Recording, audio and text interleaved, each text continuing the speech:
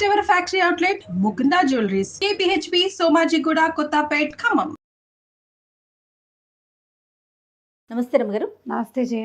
రమగారు, శివపార్వతుల కళ్యాణం చాలా సందర్భాలు మనం మాట్లాడుకున్నాము, కానీ కార్తీక మాసం కదా, ఇంకొకసారి చెప్పుకుందాం. గిరిజా కళ్యాణం ఎంత విశేషమైందో కథ. మొట్టమొదట మన దక్ష ప్రజాపతి తన కూతురైన సతీదేవిని పరమేశ్వరుడికి ఇచ్చి వివాహం చేశాడు. దక్ష ప్రజాపతికి ఎంతమందో సంతానం. ప్రజాపతి అంటే ఈయన అందరినీ పుట్టించాడు. 27 మంది కన్యకల్ని చంద్రుడికి ఇచ్చాడు. చంద్రుడు శివుడు తోడల్లుళ్ళు. విశేషమైన కథ కదా. అయితే ఈ అపురూప సౌందర్యవతి అయిన సతీదేవి పుట్టిన దగ్గర నుంచి పరమేశ్వర అనుగ్రహం కోసమే తపస్సు చేసేది. పరమేశ్వరుణ్ణే ప్రార్థించేది ఆవిడ, ఆయన్నే పూజించేది, ఆయనే తలుచుకునేది. ఆమెని పరమేశ్వరుడికి అర్పించాడు. అర్పిస్తే సరే, ఇది విశేషంగా జరిగింది. ఒకసారి ఏదో యజ్ఞం అప్పుడు దక్ష ప్రజాపతి వస్తే అందరూ లేచి నిలబడ్డారు. పరమేశ్వరుడు లేవలేదు. ఆయన గౌరవించారు అందరూ. పరమేశ్వరుడు లేవకపోతే ఈయన కోపం వచ్చింది ప్రజాపతికి. నేను ప్రజాపతిని కదా, ఈ పుట్టిన మహాద్భుత దేవతలందరికీ భార్యల్ని కన్నది నేను. మామగారిని చూసి లేవడు, అగ్రతాంబూలం ఇవ్వవలసిన వాడు కదా. మామంటే పితృపంచకంలో ఒకడు. పరమేశ్వరుడికి పితరుడు లేడు, స్వయంభువు ఆయన. నేను పిల్లనిచ్చిన మామని, అంటే నేను తండ్రిని, నన్ను గౌరవించాలి. ఆయన అక్కడ ఆ యజ్ఞానికి భర్తగా ఉన్నాడు పరమేశ్వరుడు. యజ్ఞభర్త ఇంకొకళ్ళకి నమస్కారం చేయడు, ఆ మొత్తం యజ్ఞానికి ఆయనే భర్త. అందుకని ఆయన లేవల, సభా మర్యాద పాటించలేదు.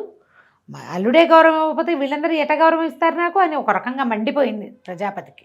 దక్ష ప్రజాపతి క్రోధితుడయ్యాడు. ఆయన క్రోధం ఎలాంటిదంటే, దాంతో ఆయన ఏం చేస్తున్నాడో ఆయనకి తెలియదు, ఒళ్ళు తెలియని తన వస్తుందన్నమాట. ఇక్కడేమో కోపం వచ్చింది శివుడి మీద. ఈ చంద్రుడికి 27 మంది కన్యకల్ని ఇచ్చాడు కదా, తారలు అందరినీ ఇచ్చాడు. ఒకడికే ఇచ్చి వివాహం చేశాడు.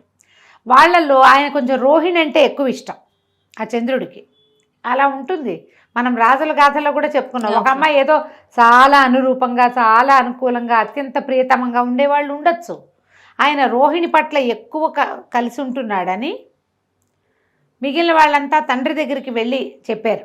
ఆయన రోహిణితోటే బాగా ఉంటున్నాడు నాన్న, బాగా అంత బాగా ఉండట్లేదంటే ఆయన అల్లుడిని శపించాడు. క్షయవ్యాధి వస్తుంది నీకు, క్షీణించిపోతావని. చంద్రుడికి హెచ్చుతగ్గులు ఉన్నాయి కదా, అవి ఆయన వల్లే వచ్చాయంటారు. క్షయవ్యాధితో క్షీణించిపోయిన చంద్రుడు పరమేశ్వర అనుగ్రహం వల్ల మళ్ళీ ఆ వ్యాధిని పోగొట్టుకున్నాడు. నిజానికి రోహిణి నక్షత్రం మీద కోపంతో మిగిలిన వాళ్ళు చెప్పారు, కానీ చంద్రుడు చిత్తా నక్షత్రంతో చాలా బాగుంటాడు. చిత్రాచంద్రమసోరివ అన్నాడు కాళిదాసు. రాజుగారు భార్య ఎలా ఉన్నారంటే, చిత్తా నక్షత్రంతో కూడి ఉన్నప్పుడు వాళ్ళిద్దరూ ఎలా మెరిసిపోతారట. చిత్తా నక్షత్రం వస్తే పక్కకి చంద్రుడు మెరుస్తాడు, చిత్తా మెరుస్తుంది. అలా ఉన్నారని చెప్తారు. అంత ప్రత్యేకమైన వాళ్ళిద్దరూ. రోహిణి చంద్రులు అలా అత్యంత ప్రేమగా ఉండేవాళ్ళు అన్నమాట. ఈ దక్ష ప్రజాపతి తీవ్రమైన కోపిష్టివాడు అవటంతో అతను ఏమనుకున్నాడు, నిరీశ్వర యాగం అని ఒక యాగాన్ని సంకల్పించాడు. ఈశ్వరుడు లేడు. నిరీశ్వర యాగం పేరే అది, నిరీశ్వర యాగం. అసలు ఈశ్వరుడు లేడన్న యాగం సంకల్పించి బ్రహ్మాది దేవతలందరినీ పిలిచి పరమేశ్వరుడికి కార్డు పిలవలేదు. అయితే సతీదేవి, మా పుట్టింట్లో జరుగుతున్న వ్యవహారం కాబట్టి నాకు పిలుపక్కర్లేదు, నువ్వు రాకపోతే మానేసేయి, నేను వెళ్తానంది. ఆయన చెప్పాడు, మనని పిలవల, నాకు ఆహ్వానం రాలేదు, నువ్వు వెళ్ళొద్దన్నాడు. సతీదేవిని వద్దన్నాడు. కానీ ఆవిడ చిన్నపుచ్చుకుంది. మా ఇంట్లో అవుతోంది, నా చెల్లెళ్ళందరూ వస్తారు, నేను కూడా వెళ్ళాలి. ఇప్పుడు మనం కూడా చేస్తాం అట్లాంటిది. ఈ దేవతల గాథలన్నీ మానవుల గాథలకి ప్రతిబింబాలన్నమాట, చూపిస్తారు. అట్లా వెళ్తే ఏమవుతుందో సతీదేవి కథే తెలియజేస్తుంది మనకి. అవమానపడతాం అనవసరంగా. ఈవిడ బయలుదేరి వెళ్ళింది. బయలుదేరితే నంది, భృంగిరిట్టుడు వీళ్ళ కొంతమందిని ప్రమథగణాలను ఇచ్చి అమ్మకి తోడుగా పంపిస్తే ఈవిడ వెళ్ళింది. వెళ్ళేసరికల్లా ఆయన అవమానకరంగా మాట్లాడాడు తండ్రి. నేను సంకల్పించిందే నిరీశ్వర యాగం, నిన్ను ఎవరు పిలవని పేరంటానికి ఎందుకు వచ్చావు నువ్వు, కూతుర్ని కూడా అన్నాడు. అనేసరికల్లా ఆవిడంది, నువ్వు పిలవకపోతే ఎట్లా, నువ్వు పిలవనన్న మాట ఏమిటి, యజ్ఞభర్త శివుడు, పరమేశ్వరుడే యజ్ఞభర్త యజ్ఞకర్త, ఆయన పిలవకపోతే ఎట్లా, నువ్వు చేసింది తప్పు అనగానే ఆయన శివనిందకి పాల్పడ్డాడు. తిట్టేశాడు అల్లుడిని. తిడితే ఈవిడ ప్రత్యక్షంగా కానీ పరోక్షంగా కానీ శివనిందని నేను భరించను. నా భర్తని నిందించటమనే కాదు, నా భర్తను నువ్వు తంటమే కాదు, పరమేశ్వర నింద చెవితో విన్నా తప్పే అని చెప్పి ఆయన వద్దన్నా నేను ఇంత పని చేశాను, ఇక్కడికి వచ్చాను. ఆయన పరోక్షంలో ఆయన అవమానానికి నేను కారణమయ్యాను కాబట్టి నేను యోగాగ్నిలో నా శరీరాన్ని దహించేసుకున్నా, ఇక నేను ఇక్కడ ఉండను అని చెప్పి ఆవిడ యోగాగ్నిలో దహనం అయిపోయింది. అమ్మ చితాభస్మం కొంత భస్మం రాలిపడింది, ఆమె శరీరం అక్కడ ఉన్నది. ఎప్పుడైతే ఇది జరిగిందో ఈ మొత్తం ప్రమదగణాలు కేకలు పెట్టేసి శివుణ్ణి పిలిచారు, అమ్మ ఆహుతి అయిపోయిందని. ఇక్కడికి ఉగ్ర రూపంతో పరిగెత్తుకుంటూ వచ్చాడు శివుడు. భార్యా వియోగం భరించరానిది, పరమ ప్రీతితోటి ఉండే భార్య ఆమె అవమానపడి ఇలా అయిపోయింది కాబట్టి ఉగ్రంతో, పైగా మనం పరిగెడితే మనకి ఒక రకమైన ఉద్రేకం వస్తుంది. ఆయన ఏం చేశాడు, తన జటల్లో నుంచి ఒక జటతో వీరభద్రుడిని సృష్టించాడు. ఈ దక్షాధ్వరం విధ్వంసం చేయి, ఇది నా భార్య శవాన్ని చూసినటువంటి ఈ దక్షాధ్వరం నడవకూడదు ఇంకా, అదే ఒక్కటే ఆజ్ఞ. ఈ హాహా అని పెద్ద జటలతోటి బోల్డ్ అనే ఆయుధాలతోటి పరమశక్తివంతమైనది శివక్రోధమే.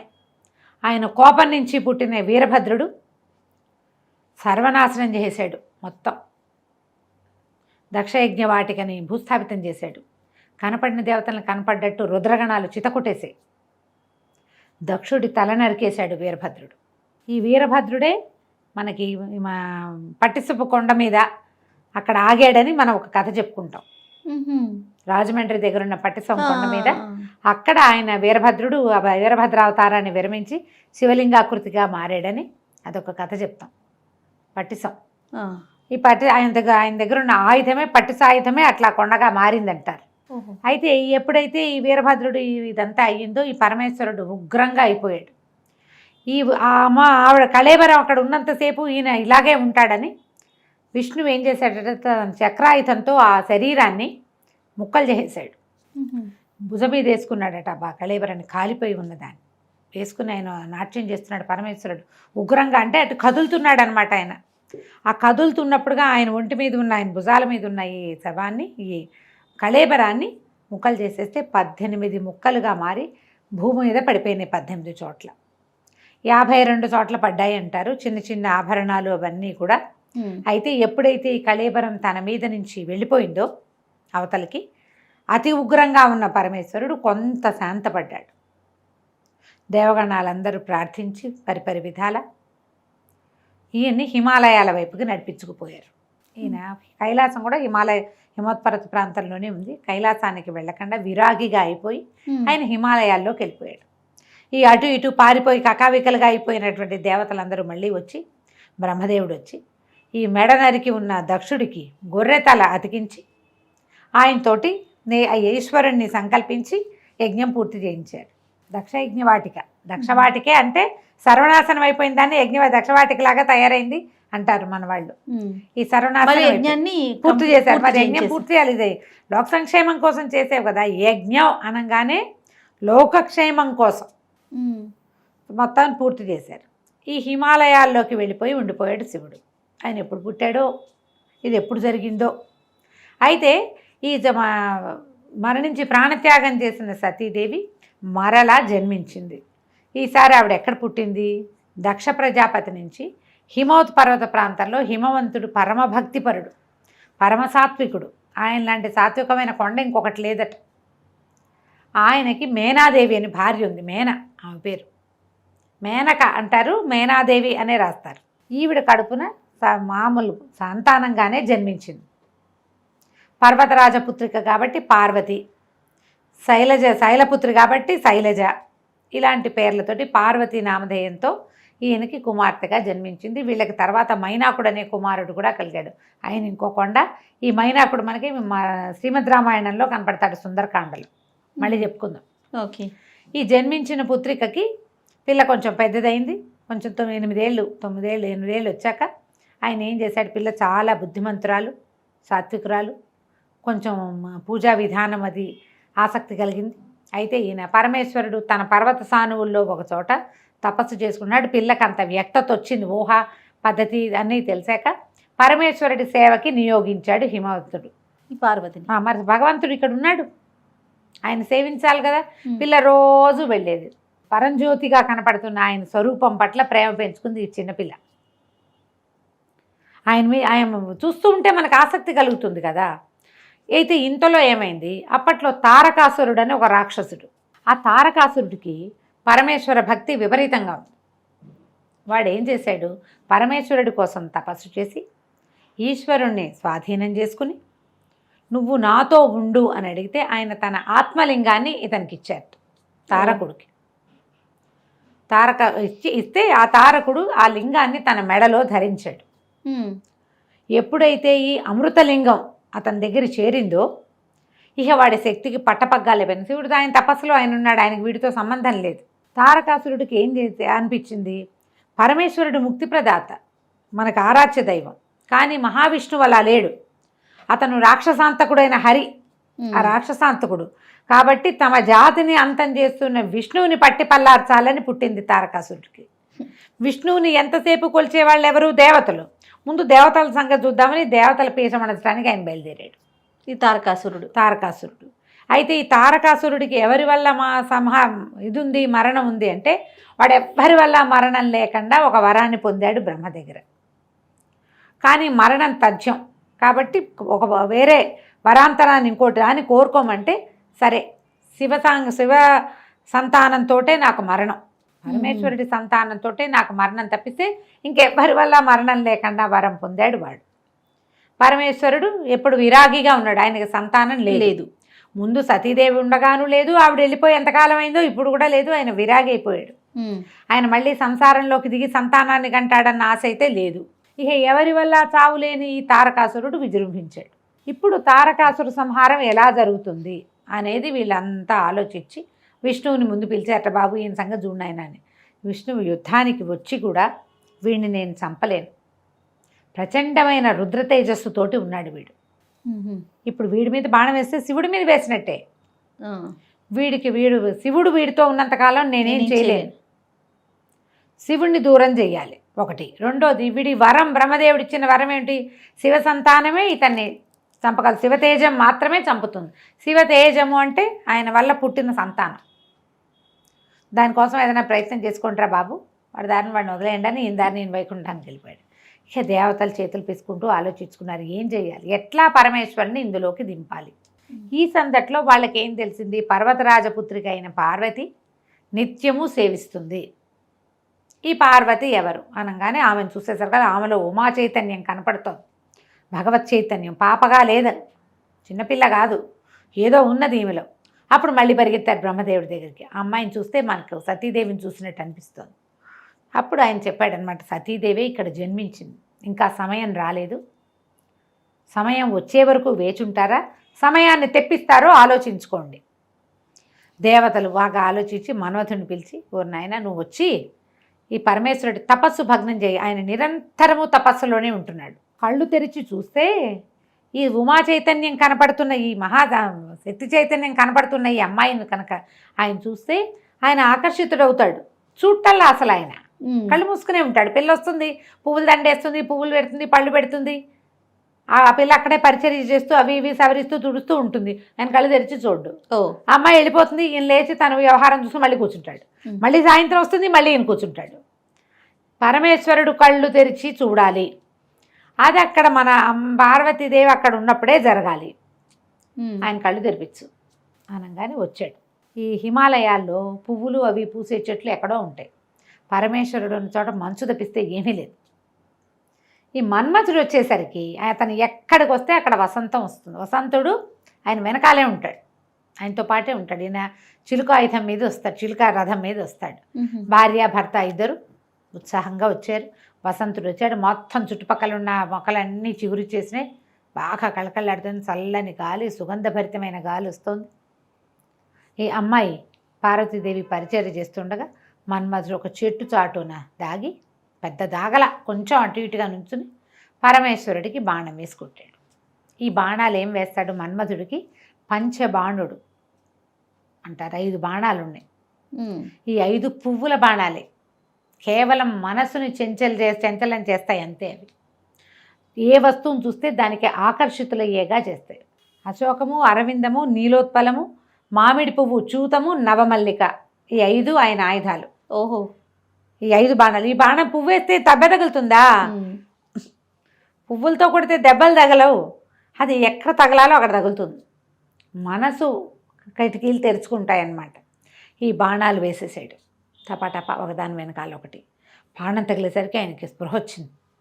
కళ్ళు తెరిచి చూసరికి అమ్మాయి కనపడింది. కానీ ఆయనకి వెంటనే ఏం తెలిసింది, వీడెవడో నన్ను కొట్టాడు. ఓహో. ఈ కొట్టిన వాడెవడని అటు చూశాడు. చూసేసరికల్లా కనిపించాడు మన్మధుడు చక్కగా బాణాలు ధరించి అందంగా అలంకరించుకొని రతి సహాయుడుగా. పక్కనే భార్య ఉంది, చిలుక వాహనం కనపడుతోంది. మొత్తం వాతావరణం అంతా అదే మెరిసిపోతూ పువ్వులతోటి గుమగుమలాడిపోతుంది. కోపం, వీడికి ఇంత సాహసం, నన్ను కొడతాడా వీడు అన్న ఒక్క భావం లోపల వచ్చేసరికల్లా ఆయన 3వ కన్ను తెరుచుకుంది. మామూలు నేత్రాల్లోంచి అగ్ని వర్షించడు, తృతీయ నేత్రంలోంచి అగ్నే, అది అగ్నినేత్రం, 3వ నేత్రం. ఎప్పుడైతే ఈ కన్ను తెరుచుకుందో కంట్లో నుంచి ఇట్లా మంట వచ్చేసింది. ఆ రావటం ఆ 3వ కంటి మంటకి ఈ మన్మధుడు భగ భగ భగ మండిపోయాడు. హర శివ శివ అన్నాడు. శివ లేదు, హర లేదు, దగ్ధమైపోయాడు. బెదిరిపోయింది ఈవిడ పార్వతీదేవి. పరమ దుఃఖంతో పరిగెత్తేసింది. అమ్మాయికి అర్థమైంది ఏం జరిగింది. చెలికత్తెలు అందరూ పరుగులు పెట్టారు, తెలుసుకున్నారు. ఎప్పుడైతే ఈ కంటి మంటతోటి ఆ మన్మథుడిని కాల్చేశాడో పరమేశ్వరుడు రిగ్గున లేచి వెళ్ళిపోయాడు అక్కడి నుంచి. ఆయన వెళ్ళిపోయాడు. ఈవిడ బిత్తరమొహంతో నుంచుంది పార్వతి. అవి తెలియలా, చిన్నతనం కూడా కదా, ఏం జరుగుతుందో అర్థం కాలేదు. ఆయన తన వైపు చూసింది, తెలిసింది. ఒకళ్ళొకళ్ళు చూసుకున్నారు వీళ్ళిద్దరూ. ఏం చేయాలో తెలియలేదు. దుఃఖంతో ఈవిడ ఇంటికి వచ్చింది. పరమేశ్వరుడు వెళ్ళిపోయాడు అని. ఆ వెళ్ళిపోయిన పరమేశ్వరుడు కావాలనిపించడం మొదలుపెట్టింది అమ్మాయికి. తల్లికి చెప్పింది, నేను ఇంట్లో ఉండను, పరమేశ్వరుడు కోసం నేను తపస్సు చేసుకుంటాను, నేను వెళ్ళిపోతానని. వాళ్ళమ్మ వద్దమ్మా వద్దని. అప్పుడే ఉమానామధేయం వచ్చింది ఈవిడికి. ఉమా అంటే అమ్మాయి వలదు, ఉమా అంటే అదే అర్థం. ఈవిడికి ఏమైనా సరే నేను తపస్సు చేసుకుంటానని తపస్సు కోసం హిమాలయ పర్వత ప్రాంతంలోని ఇంకొక చోటకి వెళ్ళి తపస్సు చేసుకోవటం మొదలుపెట్టింది. శివుడి కోసం. ఆ కన్ను తెరిచేసరికల్లా ఇంకా అప్పటిదాకా భక్తి ఉంది, ఇప్పుడు ప్రేమ వచ్చేసింది. ఈ బాణాలతోటి వాతావరణం అంతా మారిపోయింది. యాంబియన్స్ మారేసరికి ఐడియాలు మారిపోతాయి కదా. అదే మనం ఇప్పుడు దానికి వర్కౌట్ చేస్తున్నాం, మంచి యాంబియన్స్ ఉండాలని. ఎప్పుడుదో ఇది గుడ్ యాంబియన్స్ ఐడియాస్ని మార్చేస్తుంది. అయితే ఈ తపస్సు చేసుకోవటం మొదలుపెట్టింది. తపస్సుతోటి మొదట్లో అవి ఇవి తిని ఉండేది, క్రమంగా ఆకులు కూడా తినడం మానేసిందిట. అపర్ణ అయింది అమ్మవారు అప్పుడు. పర్ణములు కూడా లేవు. అపర్ణ అంటారా పేరు? ఆ అపర్ణ ఏమిటంటే ఇలా తపస్సి సమాధిలో ఉన్నటువంటి పార్వతీదేవి ఆకులు కూడా తినడం మానేశాక అపర్ణగా మారిపోయింది. అయితే ఈ 4 పక్కల అగ్నుల్లో మధ్యలో నిలబడి అలా శివుడి కోసమే ప్రార్థన చేస్తూ ఉండేదట. తల్లిదండ్రి చాలా గజగజలాడిపోయారు, ఏం చేయాలో తెలీదు. కానీ శివుడికి ఈ వార్త అందటం మొదలుపెట్టింది. ఈయన కళ్ళు తెరిచి చూశాడు, అమ్మాయి మీద మనసు లగ్నమైంది. ఈ అమ్మాయి ఎవరు ఏమిటి వచ్చినాయి ప్రశ్నలు. మెల్లిగా నారదుడు, విష్ణువు వీళ్ళ మాటలతోటి ఆయన ఈ అమ్మాయి మీద మనసు లగ్నమైంది ఆయనకి, పార్వతీదేవి మీద. తర్వాత కొద్ది రోజులు గడిచాక ఈవిడ తపస్సు చేసుకోవడానికి ఒక కుటీరం అది నిర్మించుకుంది. ఒకళ్ళిద్దరు చిలుకత్తెలు ఉండేవాళ్ళు సహాయకులుగా. ఒకనాడు ఈవిడ ఉండగా ఇక్కడికి ఒక ఆయన వచ్చాడు. ఈ వచ్చిన వాడెవడు, ఒక ఇది మౌంజి అంటే ఏమంటారు దాన్ని, ఒక లేడి చర్మాన్ని చుట్టు చంకలో పెట్టుకుని దర్భలు కమండలాలు అవి పట్టుకుని జుట్టు ముడేసుకుని ఉన్న ఒక యువకుడు, యతి లాంటి వాడు వచ్చాడు. అపర్ణ జటిలం పేరుతోటి పుస్తకంలో ఇంటర్మీడియట్లో పాఠం కూడా ఉండేది. వచ్చి ఈవిన అమ్మాయి నువ్వు ఎవరి కోసం తపస్సు చేస్తున్నావు ఏమిటి అని కనుక్కున్నాడు. పరమేశ్వరుడి కోసం చేస్తున్నానని చెప్పింది. చెప్పేసరికి ఆయన అన్నాడు, ఆయనది నీకు మ్యాచింగ్ ఎక్కడ కుదురుతుంది? ఆయన బూడిద పూసుకుంటాడు, శ్మశానాల్లో ఉంటాడు, రక్తం ఓడుతున్నటువంటి ఏనుగు చర్మం కట్టుకుంటాడు, పులులు వీటిని మన పాముల్ని ధరిస్తాడు. మీ పొద్దున నీ పెళ్ళైతే, అతనితో నీ పెళ్ళైతే నువ్వు తెల్లటి దుకులం ఒక తెల్లటి వస్త్రం కట్టుకుంటావు, బంగారపు రంగు హంసల అంచున్న పట్టుచీర కట్టుకుంటావు, ఆయనేమో నెత్తురోడుతున్న గజాజీనం కట్టుకుంటాడు. మీ ఇద్దరికి మ్యాచింగ్ ఎట్లా కుదురుతుంది? నువ్వు ఇట్లా హిమాలయాల్లో చక్కటి పర్వత ప్రాంతాల్లో ఉన్నావు, ఆయనేమో శ్మశానాల్లో ఉంటాడు, నీకు ఇన్ని నగలు నాణ్యాలు బంగారం బోళ్ళంతుంది. మీ తండ్రి రత్నాకరుడు, వజ్రాలు వైఢూర్యాలు ఆయనలోనే పుడతాయి, ముత్యాలు పుట్టే వంశం మీది, ఆయనేమో కపాలలేసుకుని తిరుగుతాడు అని ఎంత కవ్విస్తాడో ఆవిడ్ని. అతనితో ఇట్లా వివాహం కోసం ఏమిటి, నువ్వు వివాహం చేసుకోవాలంటే ఎంతమంది లేరు, ఈయన చేసుకోవటం ఏమిటి? అమ్మనేడు నాన్నలేడు ఎవరు లేరు అక్క ఆయనకి. దిగంబరుడు, దిక్కులే అంబరాలుగా కలిగినవాడు, ఎవరు లేరు. దిగంబరుడు అంటే వస్త్రాలు లేనివాడని కాదు,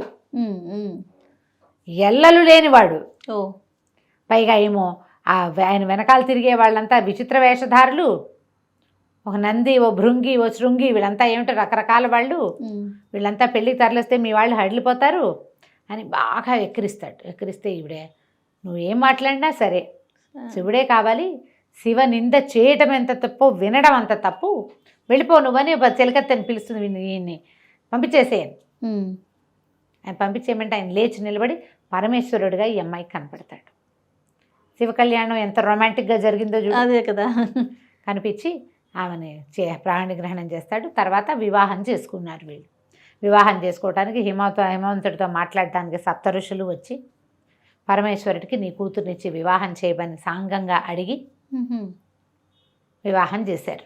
ఆ వివాహానికి మొత్తం అందరూ వెళ్ళారట, 3 కోటి దేవతలు వివాహానికి వెళ్ళారు. వీరికి వివాహం జరిగిన తర్వాత ఈ వివాహానికి పెళ్లివాళ్ళు, ఆడపెళ్లి వాళ్ళంతా స్వాగతం చెప్పడానికి వస్తే ఈయన వెనకాల ఈయనేమో కపాలాలు అవి ధరించి పెద్దగా ఇంత జుట్టు జటలతోటి ఒక ముసలి ఎద్దునెక్కి మహాద్భుతమైన ఆకారంతో త్రిశూలము, మన్నిండా పాములు, ఒంటి నిండా పాములతోటి ఈ వచ్చి చుట్టూతా ఉన్న ప్రమథగణాలన్నీ ఇవన్నీ రాక్షస పిశాచగణాలు కదా.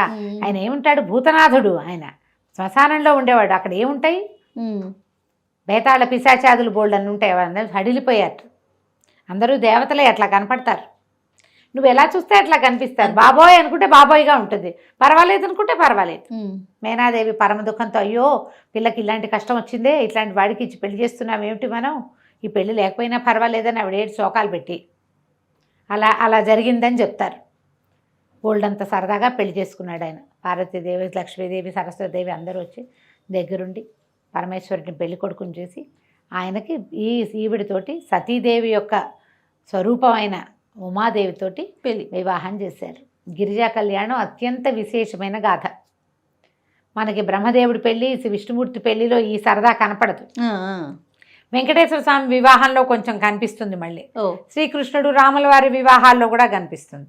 కానీ మహావిష్ణువు వివాహం సింపుల్గానే కనిపిస్తుంది. లక్ష్మీదేవి వచ్చింది, విష్ణువుని చేరుకుంది అని చెప్తారు. ఎందుకంటే విశేషమైన గాథగా కనపడదు.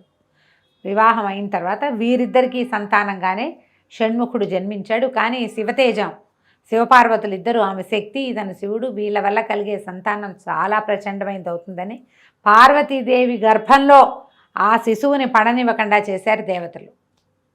శివవీర్యం ఆమెలోకి ప్రవేశించనివ్వల, వద్దన్నారు. అనేసరికి నా వల్ల కదిలిన శివవీర్యాన్ని నేను భరించాల్సింది పోయి మీరందరూ తీసుకున్నారు కాబట్టి భూదేవికేమో నీకు అందరూ మొగుళ్ళే, ఒక్క పుత్రుడి వల్ల కూడా నీకు సంతోషం కలగదు, కుమారుల వల్ల సంతోషం నాకు నేను ఏది పోగొట్టుకున్నానో అది నువ్వు కూడా పోగొట్టుకుంటావని భూదేవిని శపించింది. గంగాదేవిని శపించింది, అగ్నిని శపించింది, దేవతలందరికీ మీ భార్యల నుంచి మీకు సంతానం కలగదు పోండి అని శపించింది. ఒకటి జరగలేదు కాబట్టి తర్వాత ఆమె వల్ల కదిలిన వీర్యాన్ని ముందు అగ్ని, తర్వాత గంగానది, భూదేవి, అగ్ని, గంగానది, తర్వాత శరవణము ఇందరూ భరించి అప్పుడు స్కందజననం జరిగింది. స్కందజనన గాథ కూడా చదవడానికి చాలా మంచిది. స్కందోత్పత్తి చదివితే కనుక పుత్ర సంతానం కలుగుతుందని చెప్తారు. స్కందుడు జన్మించాక ఆయనని దేవతలకి దేవసేనాధిపతిగా చేశారు. అప్పుడు ఈ తారకాసుర సంహారం జరిగింది. తారకుడితో ఎన్నిసార్లు యుద్ధం చేసినా తారకుడు చావల. అప్పుడు పరమేశ్వరుడే చెప్పాట, అతని మెడలో అమృతలింగం, ఆత్మలింగం ఉంది, దాన్ని కొడితేనే, భగ్నం చేస్తేనే వీడు మరణిస్తాడు అని. దాన్ని కొట్టడం వల్ల అతను మరణించాడు. శివ యొక్క సంతానమే కార్తికేయుడు అని చెప్తారు. ఈ గిరిజా కళ్యాణ గాథ చెప్పినా విన్నా కూడా చాలా విశేషమైన ఫలితం లభిస్తుంది. బాగుంది కదా కథ. ఎన్నిసార్లు విన్నా కొత్తగానే మళ్ళీ కొత్త రఘు గారు ఎంత బాగుందో. నమస్తే అండి. నమస్తే చెయ్య.